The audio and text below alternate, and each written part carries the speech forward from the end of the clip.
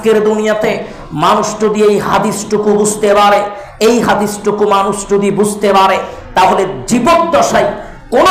কোনো মানুষের দিকে হাত উঠানো তো দূরের কথা, জীবদ্দশায় কোনো মানুষের সাথে কর্কশ ভাষায় কথা বলা তো দূরের কথা, জীবদ্দশায়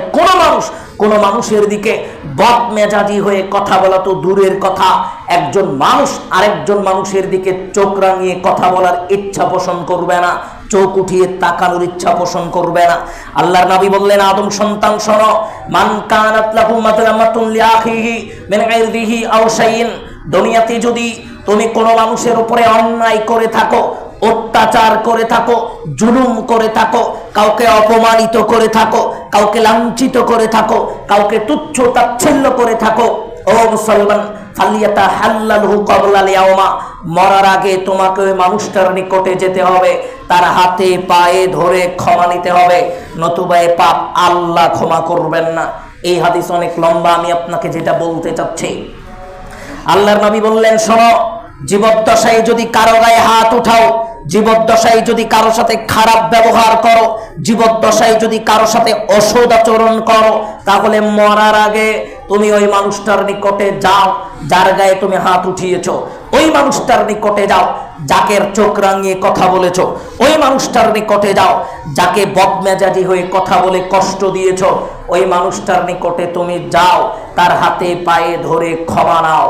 এরপরে আল্লাহ নবী আরেকটা কথা বললেন, লা ইয়াকুনা দিনার ওয়ালা দিরহাম, ওই দিন তোমার নিকটে দিনার দিরহাম থাকবে না। তার মানে বিচারের দিন আসার আগে তুমি ওই মানুষটার নিকটে ক্ষমা চাও। এবার আপনাকে লক্ষ্য করে বলি, আজকে অথবা আজ থেকে 10 বছর আগে আমি একটা রিকশায় উঠলাম, 10 টাকা 5 টাকার কম বেশিতে আমি রিকশাওয়ালার গায়ে হাত উঠালাম, একটা 4 স্টলে বসলাম, একটু কথা চলতে গিয়ে রিকশাওয়ালার 4 স্টলের ওই চাওয়ালার উপরে রাগান্বিত হয়ে একটা চর মারলাম, আর আমি সেই দিন তাকে বললাম, এখানে দোকানদারি করতে পারবি, চিনিস আমাকে? এই কথা বলে কাপড়টা ঝাঁকিয়ে আপনি ওখান থেকে চলে আসলেন। 10 বছর হয়ে গেছে, 15 বছর হয়ে গেছে, এখন আপনার অনুতপ্ত আপনি, এবার আপনি জায়নামাজ বিছালেন,